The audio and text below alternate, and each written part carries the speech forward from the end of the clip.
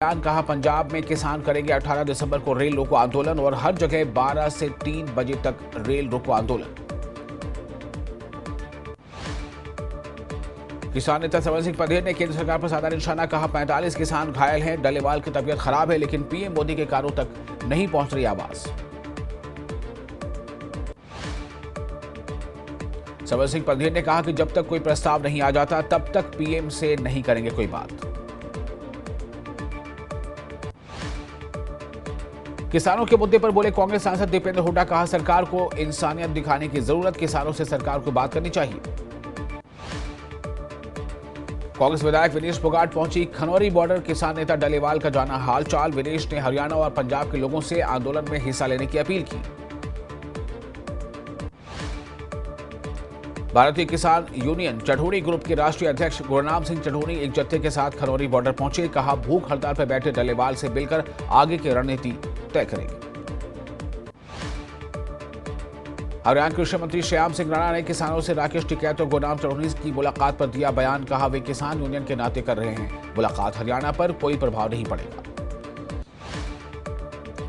कृषि मंत्री श्याम सिंह राणा पंजाब सरकार पर साधा उन्होंने निशाना। पंजाब सरकार अपने किसानों के लिए कुछ नहीं कर रही है, किसानों को अपने सीएम और विधायकों से बात करने की नसीहत दी। बीजेपी प्रदेश अध्यक्ष मोहनलाल बड़ौली ने सिरसा का किया दौरा। विभिन्न मुद्दों को लेकर की चर्चा, सदस्यता अभियान को लेकर कहा यह बीजेपी को मजबूत करने के लिए संगठन का पर्व है।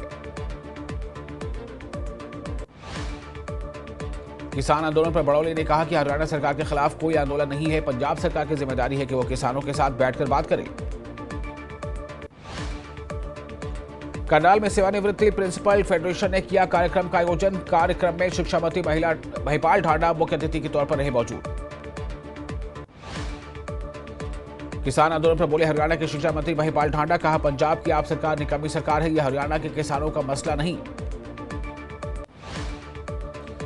किसानों के पक्ष में बॉर्डर कूच करने को तैयार हैं खाप पंचायतें। फोगाट खाप की पंचायत ने लिया फैसला, सरकार को दी चेतावनी। कहा किसान नेता डल्लेवाल के साथ हुई अनहोनी तो अंजाम भुगतने को रहे तैयार।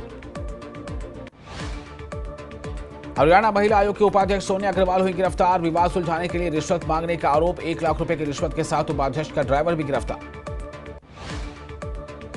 हरियाणा महिला आयोग की अध्यक्ष रेणु भाटिया ने उपाध्यक्ष पर रिश्वत लेने के मामले पर प्रतिक्रिया दी। कहा महिला आयोग की इस तरह की बात दुखद। कहा एंटी करप्शन ब्यूरो निष्पक्ष होकर करे कार्रवाई।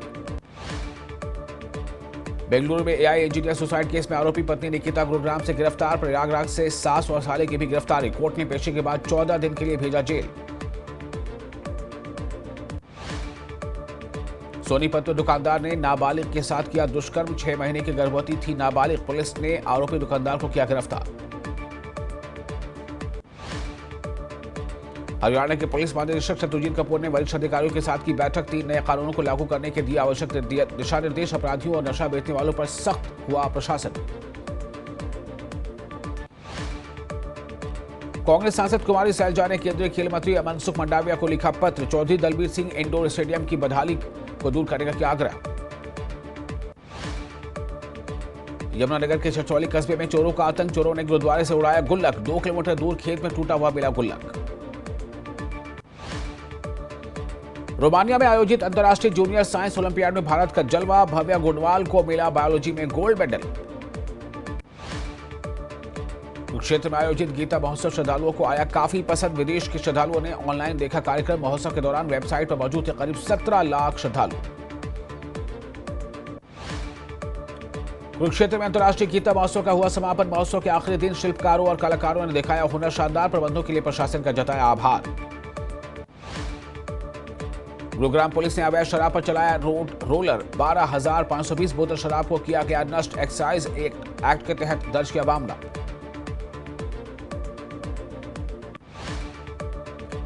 यमुनानगर के सरस्वती शुगर मिल के सामने लगी चलते ट्रक में आग। चालक ने ट्रक से कूदकर बचाई जान। ट्रक के केबिन में लगी आग।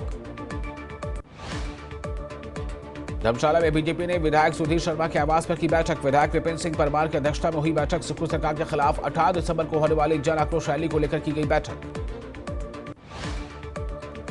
सोलन में अराजपत्रित कर्मचारी महासंघ के पूर्व राज्य अध्यक्ष गोपाल दास शर्मा ने प्रदेश सरकार पर साधा निशाना। कहा प्रदेश सरकार करोड़ों खर्च कर मना रही जश्न जो कि प्रदेश के हित में नहीं है।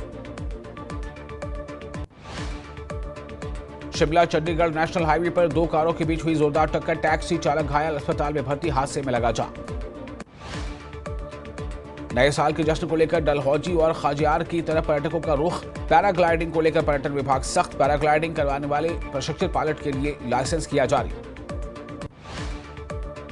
नूरपुर में नशे के खिलाफ कार्यक्रम का आयोजन, विधानसभा अध्यक्ष कुलदीप सिंह पठानिया रहे मौजूद, कहे नशा की रोकथाम के लिए समाज की सक्रिय भागीदारी जरूरी।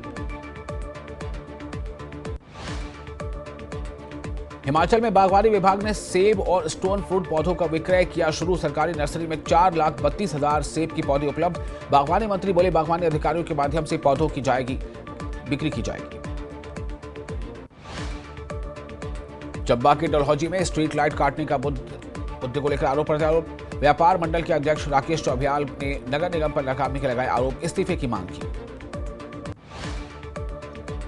मनाली के बलसारी गांव में लगी आग, 2 मंजिला मकान जलकर राख, लाखों रुपए का हुआ नुकसान।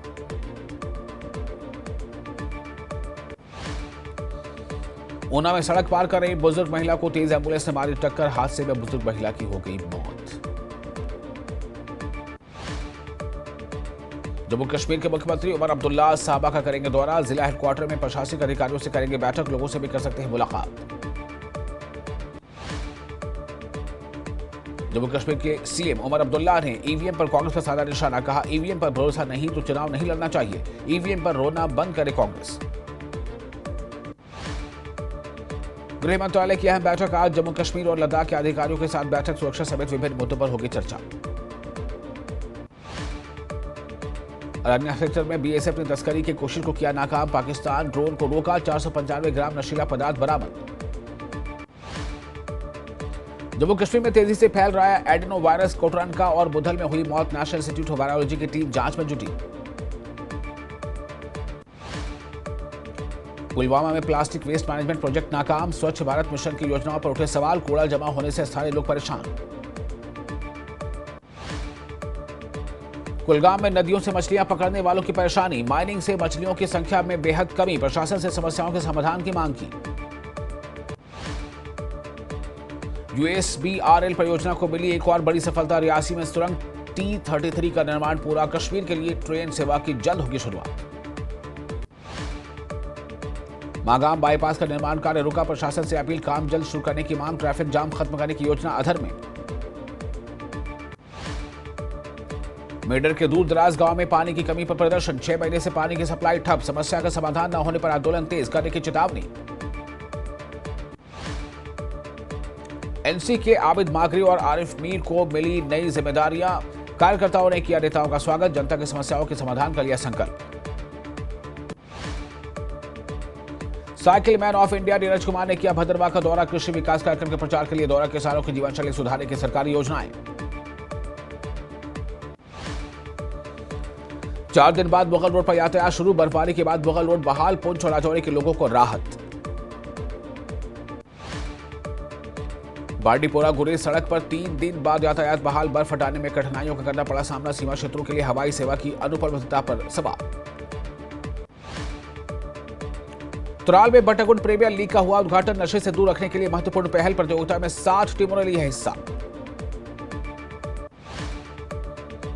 तुराल में चाइल्ड केयर इंस्टीट्यूट में कार्यक्रम का हुआ समापन, बच्चों की प्रतिभा को उजागर करने की कोशिश, सामाजिक कल्याण विभाग और शिक्षा विभाग ने किया कार्यक्रम। कुलगाम में अवैध माइनिंग के खिलाफ कार्रवाई, 11 जेसीबी जब्त, खनन विभाग और पुलिस ने किया भविष्य में भी कार्रवाई का दावा। राज्यसभा में आज से संविधान पर चर्चा की शुरुआत, निर्मला सीतारमण करेंगे चर्चा की शुरुआत, केंद्रीय गृह मंत्री अमित शाह देंगे जवाब। 31 मार्च 2026 तक नक्सल मुक्त होगा छत्तीसगढ़, अमित शाह ने दोहराया संकल्प, जा सकते हैं बीजापुर के गुंडम, चौपाल में ग्रामीणों से करेंगे संवाद। जयपुर में एक कोचिंग सेंटर में सीवरेज की गैस लीक होने से 24 छात्रों की तबीयत बिगड़ी, 9 छात्रों को अस्पताल में कराया गया भर्ती, 2 छात्रों की हालत गंभीर। नर्मदापुरम में चाइनीज बांझे से कटा युवक का गला, इलाज के लिए अस्पताल में कराया गया भर्ती, ऑपरेशन के बाद युवक की हालत स्थिर। जौनपुर के अटाला मस्जिद केस में आज अहम सुनवाई, कोर्ट के फैसले पर रहेगी सभी की नजर, कोर्ट सर्वे के लेकर देगी आदेश या एससी के फैसले के मद्देनजर होल्ड होगा फैसला। मथुरा श्री कृष्ण जन्मभूमि मामले में आज हाईकोर्ट में होगी सुनवाई। शाही ईदगाह परिसर में सर्वे कराने की मांग, 18 याचिकाओं पर एक साथ हो रही है सुनवाई।